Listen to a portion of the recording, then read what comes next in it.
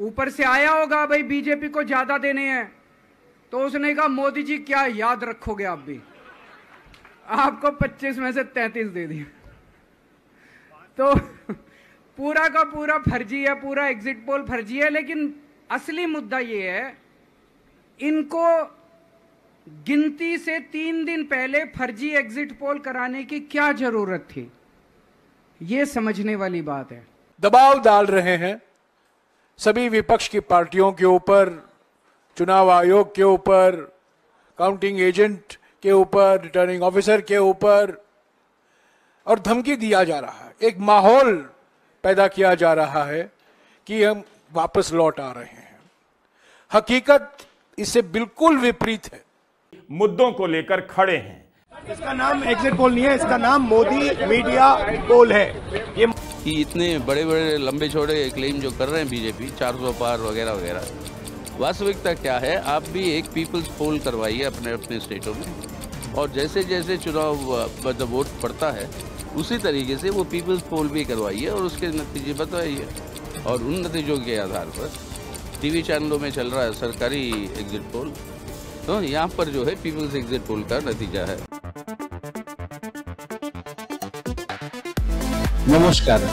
এই ভিডিওটা করার খুব একটা প্রয়োজন ছিল না, কিন্তু গতকাল আমরা যখন প্রথম এক্সিট পোল প্রকাশ করলাম এবং সেই এক্সিট পোল প্রথম প্রকাশ করার একটা কারণ ছিল, আমরা খুব স্বল্প পরিসরের একটা সংবাদ মাধ্যম, ডিজিটাল মিডিয়া, এবং খুব স্বাভাবিক অর্থেই গোটা ভারতবর্ষ তাকিয়েছিল যে ভারতবর্ষের স্বনামধন্য সমীক্ষক সংস্থা, মিডিয়া, তারা কি এক্সিট পোল দেখাবে, এবং আমরা সেই এক্সিট পোল দেখে যাতে প্রভাবিত না হই সেই জন্য সব থেকে আগে আমরা নিজেদের এক্সিট পোলটা প্রকাশ করি।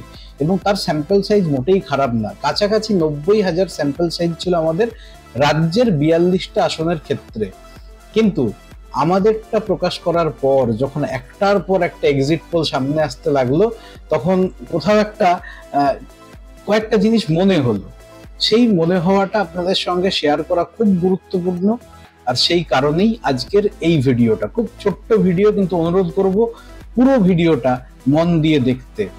এক্সিট পোল আসলে কি? আমাকে অনেকেই প্রশ্ন করেছেন যে এক্সিট পোলের বৈজ্ঞানিক ব্যাখ্যাটা কি। এক্সিট পোল হলো ওই ভাতের হাঁড়ি থেকে কয়েকটা ভাত টিপে বলে দেওয়া যে পুরো ভাতটা হয়েছে কিনা, কিন্তু সেই এক্সিট পোল বিভিন্ন সময় বিভিন্নভাবে ব্যবহার করা হয়। আমার মনে হয় যেমনটা এইবারে হচ্ছে। আপনারা দেখুন, কম বেশি 11টা কোম্পানি এক্সিট পোল প্রকাশ করেছে। সেটা ইন্ডিয়া টুডে গ্রুপ হতে পারে, নিউজ 18 হতে পারে, TV9 হতে পারে, রিপাবলিক হতে পারে, ABP সিভোটার হতে পারে। এরকম কম বেশি মোট 11টা গ্রুপ। যদি খুব গুরুত্বপূর্ণ একটা জায়গা আপনারা লক্ষ্য করেন, দেখবেন যে এক্সিট পোলের ফিগারটা 350 থেকে 401 পর্যন্ত এনডিএ জোটকে দেওয়া হয়েছে।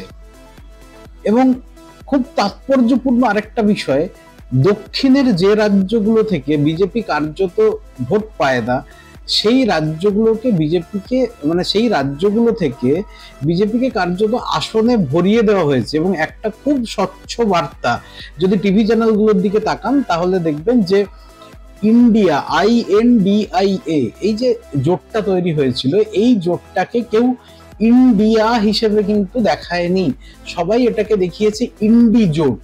মানে যেমনটা হচ্ছে, আপনারা যদি দেখেন যে বিজেপিকে বাম বা তৃণমূল বা কংগ্রেস, দেখবেন একটা উল্লেখ করে বিজেপি হচ্ছে রামের পার্টি, ঠিক সেই রকম ইন্ডিয়া জোটকে অনেকটা বিজেপির মতো করে ইন্ডি জোট এই হিসাবে দেখানো হয় প্রায় সবকটা সংবাদ মাধ্যমে। এবং বৈদ্যুতিক মাধ্যম তো বটেই, পাশাপাশি খবরের কাগজ বা যে কোনো সমীক্ষক সংস্থা সেটাই দেখায়। এবার প্রশ্ন হলো যে সবকটা এক্সিট পোল প্রায় কাছাকাছি একই ফিগার আনলো কিভাবে? কারণ প্রত্যেকে স্যাম্পল সাইজের মানুষটা এক নয়, যারা সমীক্ষা করছেন তাদের যে মনোবিজ্ঞান সেটা এক নয়, এবং যারা প্যানেলে বসে আছেন, যাদের কাছে, আমাদের কাছেও আছে, আপনাদেরকে আমি দেখাতে পারি প্রায় এই মানে দিস্তাখানেক কাগজ, আমি উল্টো দিকটা দেখাচ্ছি না, তবে এটা মোটেই সাদা না, আপনারা লক্ষ্য করলেই দেখতে পাবেন। এই যে দিস্তাখানেক কাগজ যেটা নিয়ে অঙ্ক কষে এই এক্সিট পোলটা করা হয়, আমি এই জায়গায় একেবারে নবীন, কিন্তু কেউ না কেউ তো নবীন থেকে শুরু করে 2016 থেকে 2024 এই পর্যন্ত আমাদের এখনো পর্যন্ত কাজ। আমি আশ্চর্য হলাম যে গতকাল যে এক্সিট পোলটা হলো, সেই এক্সিট পোলে গোটা ভারতবর্ষের সবকটা সংবাদ মাধ্যম যে ফিগারটা দেখালো সেটা বিজেপির পক্ষে, এনডিএ জোটের পক্ষে, এবং সেটা 350 থেকে 401 পর্যন্ত, ঠিক যেমনটা নরেন্দ্র মোদী সুর বেঁধে দিয়েছিলেন যে ইস বার 400 পার। এর মধ্যে কিন্তু একটা মনস্তত্ত্ব আছে, 400 যে পেরোবে বা পেরোবে না, কারণ গতবার 2019 সালে বিজেপি যে আসন পেয়েছিল সেই আসন থেকে তেমন একটা বাড়ার মতো কাজ কিছু হয়নি। সামনে লকডাউন ছিল, মানে 2019-এর পরেই লকডাউন, করোনা ওয়েভ চলে আসে, করোনার ব্যর্থতা আমরা সবাই জানি। পাশাপাশি বিভিন্ন রাজ্যে বিজেপির শক্তি কিন্তু ক্ষয় হয়েছে, খুব একটা ভালো শক্তি বৃদ্ধি যে হয়েছে এমনটা নয়। ধরা যাক দিল্লির ক্ষেত্রে বিজেপি 7টা আসনে প্রতিদ্বন্দ্বিতা করছে। এই 7টা আসনের মধ্যে প্রায় সবকটা চ্যানেল বিজেপিকে 6টা বা 7টা দেখিয়েছে। ইউপির ক্ষেত্রে তো আরো ঢেলে দেওয়া হয়েছে, ইউপিতে দেখানো হয়েছে বিজেপি কমপক্ষে 73টা আসন পাচ্ছে। আবার পাঞ্জাবেও সিট ভরিয়ে দেওয়া হয়েছে, হরিয়ানাতে সিট ভরিয়ে দেওয়া হয়েছে, ইভেন আমাদের রাজ্য ওয়েস্ট বেঙ্গল, পশ্চিমবঙ্গে বিজেপির সিট বাড়িয়ে দেওয়া হয়েছে। যদি আমি আমাদের রাজ্যটা নিয়ে বলি, আপনারা একটু লক্ষ্য করবেন যে আমাদের রাজ্য, আপনার নিজের বুথটার দিকে তাকিয়ে দেখুন, অন্তত এই যে 42টা লোকসভা কেন্দ্র, এই 42টা লোকসভা কেন্দ্রের মধ্যে অন্তত 80% লোকসভা কেন্দ্র, ইভেন শুভেন্দু অধিকারীর নিজের গড় তমলুক এবং কাঁথির সব বুথেও বিজেপি এজেন্ট দিতে পারেনি। আর সেটা শুধুমাত্র কিন্তু সন্ত্রাসের কারণে নয়, ওই বুথে বিজেপির কোনো লোক নেই। সম্ভবত এই কারণেই একটা নতুন নিয়ম আনা হয় এইবারের নির্বাচনে, যে ওই বুথের বা ওই এলাকার হতে হবে আর কোনো মানে নেই। যে কোনো মানুষ তিনি ওই লোকসভা কেন্দ্রের অন্তর্গত হলে তিনি কিন্তু যে কোনো বুথে গিয়ে এজেন্ট হিসেবে বসতে পারেন। হয়তো এমনটা হবে ভেবেই এই নিয়মটা করা হয়, যদিও এটা পুরোটাই নির্বাচন কমিশনের দায়িত্ব হয়েছে এবং নির্বাচন কমিশন বিষয়টা দেখছিল। আরেকটা খুব তাৎপর্যপূর্ণ বিষয়, আপনার একটা জিনিস খুব লক্ষ্য করে দেখবেন, রাজ্যের ক্ষেত্রে বলছি, অন্যান্য জায়গায় জানি না, কিন্তু আমার কাছে যেটা খবর আছে এটা কিন্তু পুরো দেশ জুড়ে হয়েছে। সিএপিএফ আপনারা দেখছিলেন, সেন্ট্রাল ফোর্স, সবাই যেটা ভাবছিলেন যে সেন্ট্রাল ফোর্স বিজেপির পক্ষে কাজ করবে, বিজেপির কথা শুনে চলবে, আমি দায়িত্ব নিয়ে বলছি অন্তত 70% ক্ষেত্রে সেন্ট্রাল ফোর্সের যে সমস্ত কমান্ডিং অফিসাররা ছিলেন তারা কেউ বিজেপি নেতাদের কমান্ড শোনেননি, তারা নিজেদের মতো করে কাজ করেছেন। বলা ভালো, যারা বিরোধী তাদের অভিযোগগুলো আরো বেশি প্রাধান্য দিয়ে দেখেছেন। তো এই জায়গাটায় দাঁড়িয়ে গোটা ভারতবর্ষের সবকটা বৃহৎ চ্যানেল এবং সমীক্ষক সংস্থা দেখিয়ে দিল নরেন্দ্র মোদীর নেতৃত্বে ইন্ডিয়া জোট ক্ষমতায় আসছে। এটা আসতেই পারে, আমাদের সমীক্ষাতেও তেমন একটা ইঙ্গিত আছে। নরেন্দ্র মোদী তথা ইন্ডিয়া জোট বা এনডিএ জোট, মাফ করবেন, এনডিএ, ন্যাশনাল ডেমোক্রেটিক অ্যালায়েন্স, মানে নরেন্দ্র মোদীর নেতৃত্বাধীন বিজেপি এবং সেই বিজেপি নেতৃত্বাধীন একটা জোট, যে জোটে অনেকগুলো দল রয়েছে, সবটা মিলে ফিগারটা 300 পৌঁছে যেতে পারে এবারেও। কিন্তু তাৎপর্যপূর্ণ এবং গুরুত্বপূর্ণ বিষয় একটা, যে এই ক্যাম্পেইনটা দেওয়ার কি খুব দরকার ছিল। যদি এটা ওপিনিয়ন পোল হতো, যে ওপিনিয়ন পোলের পরে নির্বাচন হয়, প্রভাবিত হন ভোটাররা এবং প্রভাবিত হন বিভিন্ন দলের কার্যকর্তারা, সেই জায়গায় দাঁড়িয়ে হঠাৎ করে এই 1 তারিখ অর্থাৎ ভোট শেষ হলো, তারপরে এক্সিট পোল পাবলিশ হলো এবং সেই প্রত্যেকটা এক্সিট পোলে দেখানো হলো যে মোদি ঝড় শুধু অব্যাহত নয়, মোদি ঝড় এমন যে সেই ঝড় কার্যত ওই আমপানের মতো একটা সাইক্লোনে পরিণত, এবং যে কারণে আসন সংখ্যা ক্রমশ বেড়েই চলেছে। এবং পশ্চিমবঙ্গ, তামিলনাড়ু, পাঞ্জাব, হরিয়ানা, উড়িষ্যা, এই সমস্ত স্টেটগুলোতে বিজেপির ভোট শতাংশ ব্যাপকভাবে বৃদ্ধি পাচ্ছে, কিন্তু কোন অঙ্কে সেটা কেউ বললো না। এইটা একটা খুব গুরুত্বপূর্ণ বিষয়। আমি একজনকে বলতে দেখলাম, একজন বিজেপি নেতা একটা সর্বভারতীয় চ্যানেলে বলছেন যে উড়িষ্যাতে নবীন পট্টনায়ক অসুস্থ, তো আমরা ক্যাম্পেইন করেছিলাম যে যে দলের নেতা অসুস্থ সেই দলকে এগিয়ে নিয়ে যাবে কে, সেই রাজ্যকে এগিয়ে নিয়ে যাবে কে, তার জন্য দরকার একজন বলিষ্ঠ মানুষ, তিনি নরেন্দ্র মোদী। এবং সেই কারণে উড়িষ্যা থেকে আমরা 13 থেকে 14টা আসনে জিতবে। খুব তাৎপর্যপূর্ণ বিষয়, আপনারা যদি দেখেন প্রায় প্রত্যেকটা সর্বভারতীয় সংবাদ মাধ্যমে উড়িষ্যাতে দেখানো হয়েছে যে বিজু জনতা দল 6-এর মধ্যে আটকে যাচ্ছে এবং বাকি সবকটা সিট চলে যাচ্ছে বিজেপির দিকে। এটা খুব গুরুত্বপূর্ণ বিষয়। পশ্চিমবঙ্গের ক্ষেত্রে আমাদের যেটা হিসেব আছে, মিলতে পারে নাও মিলতে পারে, যে তৃণমূল কমপক্ষে 23টি আসন পাবে, কংগ্রেস 2টি আসনে লড়াই করছে এবং জেতার জায়গায় রয়েছে, এবং বামপন্থীরা প্রায় 4টি আসনে লড়াই করছে ভয়ঙ্কর ভাবে, এবং বিজেপি সেই জায়গায় তৃতীয় হতে পারে, তৃণমূলের সঙ্গে স্ট্রেট ফাইট, এবং একটি আসনে বামপন্থীরা জয়ী হতে পারে। সেই জায়গায় দাঁড়িয়ে বিজেপির ভোট পার্সেন্টেজটা বেড়ে গেল তৃণমূলের থেকে, বামেদের ভোট পার্সেন্টেজ আরো কমে গেল, এবং তৎসহ কংগ্রেস এবং যাবতীয় ভোট, ইভেন আপনারা একটা জিনিস আরো লক্ষ্য করতে পারেন, যদি দেখেন উইকিপিডিয়া সার্চ করে বিভিন্ন পর্যায়ে 2014 বা 2019 লোকসভা ইলেকশনে নোটার ভোট এবং আদার্সের ভোটটা কাউন্ট করবেন, সেই যে ভোটের পার্সেন্টেজ রয়েছে আর এইবার যেটা দেখানো হলো, সেই ভোটে নোটা তৎসহ অন্যান্য দলের যে ভোট পার্সেন্টেজ রয়েছে তার মধ্যে কিন্তু একটা বিস্তর ফারাক রয়েছে। আমি দায়িত্ব নিয়ে বলছি, আমাদের রাজ্যেই নোটা সহ অন্যান্য দলগুলোর ভোট পার্সেন্টেজ কমপক্ষে 5% তো থাকবেই, কিন্তু বিভিন্ন জায়গায় যেটা দেখানো হচ্ছে যে নোটা সহ অন্য সব দলের ভোট পার্সেন্টেজ 3%-এর কাছাকাছি। এটা কিভাবে সম্ভব? মানুষ এতটা সচেতন হয়েছে যে আমি ভোট নষ্ট করব না, আমি ভোটটা কোনো না কোনো রাজনৈতিক দলকেই দেব। আরেকটা কথা, এর সঙ্গে মনস্তত্ত্ব অত্যন্ত গুরুত্বপূর্ণভাবে জড়িয়ে। মনস্তত্ত্বটা ঠিক কি? ভোটের সময় আপনারা দেখবেন বুথ এজেন্ট থাকে, ঠিক তেমনটাই ভোট গণনার দিন থাকে কাউন্টিং এজেন্ট।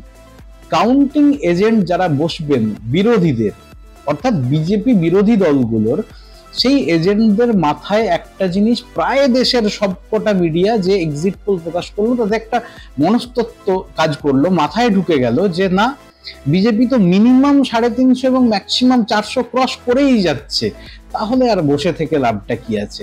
ওই কয়েকটা দফা, এবং স্বাভাবিকভাবেই শেষ দফা মানে একদম লাস্ট রাউন্ড পর্যন্ত না বসলে কাউন্টিং এ কি হয়, যারা ভোট পরিচালনা করেন এবং যারা সংবাদ মাধ্যমের বিভিন্ন কর্মী আছেন এবং যারা নিজেরা কাউন্টিং এজেন্ট হিসেবে বসেছেন, অভিজ্ঞতা আছে, তারা জানেন যে কাউন্টিং হল যদি ছেড়ে দেওয়া হয় তাহলে শেষমেশ কি হতে পারে।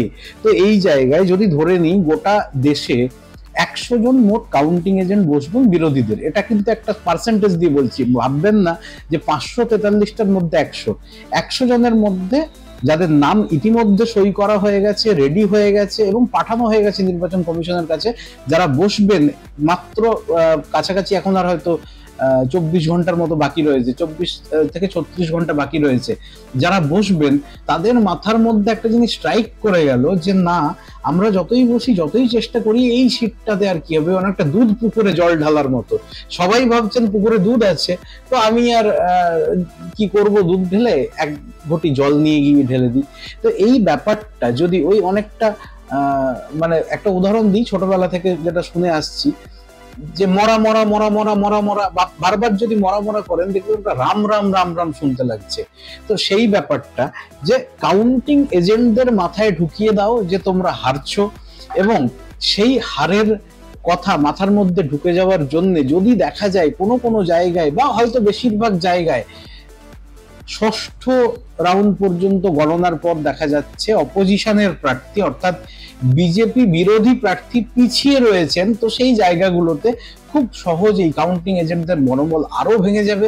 এই তো মিলছে এক্সিট পোলের সঙ্গে, তাহলে আর বসে থেকে লাভ নেই, বাবা কেটে পড়ি এখান থেকে, বাড়ি যাই, না হলে আবার জেতার পর বেরোতে পারবো কি পারবো না, এই একটা প্রশ্ন আসতে পারে।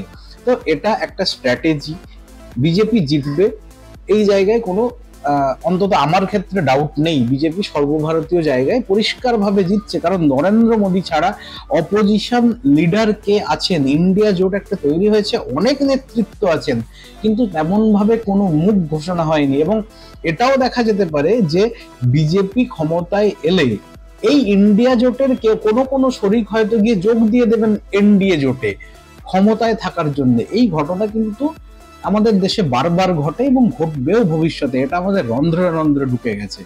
কিন্তু একটা কথা বলবো যে এক্সিট পোল একদম বিজ্ঞানসম্মত জিনিস, আমরাও করেছি। কিন্তু সেই এক্সিট পোলকে যদি কোনো উদ্দেশ্য নিয়ে ঘোরানো হয় তাহলে সেটা অন্যায়, এবং সেটা অন্তত গণতন্ত্রের পক্ষে অত্যন্ত খারাপ এবং নিন্দনীয়। একটা উদাহরণ দেব, TV9। আপনারা দেখবেন যে গতকাল TV9 একটা এক্সিট পোল দেখালো। এবার মুশকিলটা হচ্ছে, সবার একটা মাথায় সেট ছিল, এমন ভাবে এক্সিট পোল সাজানো হয়েছে যেন সবাই এক জায়গায় বসে ব্যাপারটা সাজিয়েছেন, সব চ্যানেলের কর্মকর্তারা। এক্সিট পোল দেখানো হয়ে গেল, হয়তো TV9 সেই জায়গায় ছিল না, বা যে জায়গাতেই হোক না কেন। আজ সকালে দেখছি সেই এক্সিট পোল চেঞ্জ হয়ে গেছে। হঠাৎ করে কোন এক জাদুতে TV9 এর নাকি দেশের সর্ববৃহৎ এক্সিট পোল, প্রায় 1 কোটি, আমাদের যেখানে সংখ্যাটা 88,000, সেখানে TV9 এর গোটা দেশ জুড়ে 1 কোটি, অর্থাৎ পশ্চিমবঙ্গে তো সেটা লাখের ওপরে বটেই। পশ্চিমবঙ্গের ক্ষেত্রে আচমকা দেখা গেল যে একটা ফাইনাল এক্সিট পোল, এবং সেটা কিন্তু পিউ রায়, যিনি কালকে পরিচালনা করলেন TV9 এর শোটা, সেটা আজ যখন সকালে প্রকাশিত হলো তখন দেখা গেল মুখটা বদলে গেল, এবং TV9 এর সংখ্যাটা হঠাৎ করে অদল বদল হয়ে গেল। বিজেপি 17 থেকে উঠে এলো 21-এ, এবং তৃণমূল সেখান থেকে নেমে গেল। আমার এই ভিডিওর ফলে কিন্তু মোটেই ভাববেন না আমি বিজেপি বা তৃণমূল কারোর পক্ষে বা বিপক্ষে বলছি। আমি বলছি সাধারণ মানুষ হয়ে সাধারণ মানুষদের জন্য কিছু কথা, যে এই এক্সিট পোলকে কিভাবে ডাইভার্ট করা হয়। আপনারা যদি একটু তাকান, আমরা সবাই আজকাল OTT প্ল্যাটফর্ম দেখি, অ্যামাজন প্রাইম বলুন, হটস্টার বলুন, G5 বলুন, বা যেগুলো রয়েছে, দেখুন হঠাৎ করে বীর সাভারকার একটা সিনেমা চলে এলো, হঠাৎ করে মে অটল হু চলে এলো, হঠাৎ করে কঙ্গনা রানাওয়াতের তেজস চলে এলো, হঠাৎ করে একটা ফাইটার সিনেমা লঞ্চ হয়ে গেল। এই প্রত্যেকটা জিনিসের, তারপরে ভ্যাকসিনের কাণ্ড আপনারা জানেন, the vaccine war, Kashmir files, Kerala story etcetera. প্রায় 7 থেকে 8টা চলচ্চিত্র তৈরি হয়েছে বা ওয়েব সিরিজ তৈরি হয়েছে, যেখানে একদম সরাসরি প্রমোট করা হয়েছে বিজেপিকে। এই কথা বিজেপির কোনো নেতাও অস্বীকার করতে পারবেন না, অন্তত যদি নিজের জন্য অনেস্ট থাকেন। এই জায়গায় অস্বীকার করার কোনো জায়গা নেই। বিজেপির যদি ভয় না থাকতো, যদি এই নির্বাচনে চাপ না থাকতো, তাহলে আপনি কি দিনে 3 থেকে 4টে করে কল পেতেন যে বিজেপিকে ভোট দিন, ভাজপাকে ভোট দিজিয়ে? এই ধরনের যে কলগুলো আসছে সারাদিন ধরে, বা আসছিল, আজ বন্ধ হয়েছে, কিন্তু গতকাল পর্যন্ত আসছিল। দেশের সবকটা সংবাদ মাধ্যম সহ ইন্টারনেট প্ল্যাটফর্মে, OTT প্ল্যাটফর্মে এমন কোনো জায়গা নেই যে জায়গায় আপনি ক্লিক করছেন বিজেপির বিজ্ঞাপন আসছে না। অর্থাৎ ইলেকটোরাল বন্ডের যে টাকা, সেই টাকা কার্যত বিজেপি এই নির্বাচন জেতার জন্য জান প্রাণ লড়িয়ে দিয়েছে। তবুও একটা কথা বলবো, যে এই এক্সিট পোল মানেই হেরে যাওয়া বা জিতে যাওয়া নয়। বিজেপি বা বিজেপির কর্মী সমর্থকরা বুঝতে পারছেন না যে আজকাল পরশু, মানে আজ হয়ে গেছে, মানে 1 তারিখে তারা উৎসব করবেন, 2-এ করবেন, না 3-এ করবেন, অথবা 4-এ জেতার পর করবেন, কোন দিন আসলে উৎসবটা করবেন।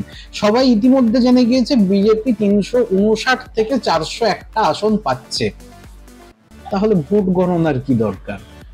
এবং তাৎপর্যপূর্ণ বিষয় একটা জিনিস মাথায় রাখবেন, দেশের সবকটা এক্সিট পোল এক ধরনের হতে পারে না যদি না এর পিছনে কোনো কারণ থাকে। এবং তার সব থেকে বলিষ্ঠতম উদাহরণ TV9 নিজের এক্সিট পোল বদলে দিল। এই জায়গায় একটা কথা খুব মজার ছলে বলছি, একদিকে দেশের সবকটা এক্সিট পোল এবং একদিকে আমাদেরটা। আমি জানি না কারটা মিলবে। জনাদেশ মানুষ দিয়েছেন এবং মানুষ ভোট বাক্সে ভোট দিয়েছেন। দায়িত্ব নিয়ে একটা কথা বলছি, EVM হ্যাক করার মতো কোনো জায়গা নেই। আপনি যেখানে ভোট দিয়েছেন সেই ভোট যদি কাউন্টিং এ গন্ডগোল না হয়, তাহলে সেই ভোট আপনার ভোটই কাউন্ট হবে। এবং সমস্ত দলের যারা কাউন্টিং এজেন্ট বসবেন তাদের জন্য একটা বার্তা, সাধারণ মানুষের ভোটে সরকার নির্বাচিত হয়। তো আপনারা দায়িত্ব নিয়ে যারা কাউন্টিং এ বসবেন, তারা কিন্তু শেষ রাউন্ড, একদম শেষ, যতক্ষণ না সিল হচ্ছে, স্ট্যাম্প করছে, সই হচ্ছে প্রার্থী উইনার সার্টিফিকেটে, ততক্ষণ পর্যন্ত অনুগ্রহ করে কাউন্টিং হল ছাড়বেন না, তাহলে ভুল করবেন। আপাতত নমস্কার, ভালো থাকুন, আর অবশ্যই নজরে রাখুন নজরবন্দি।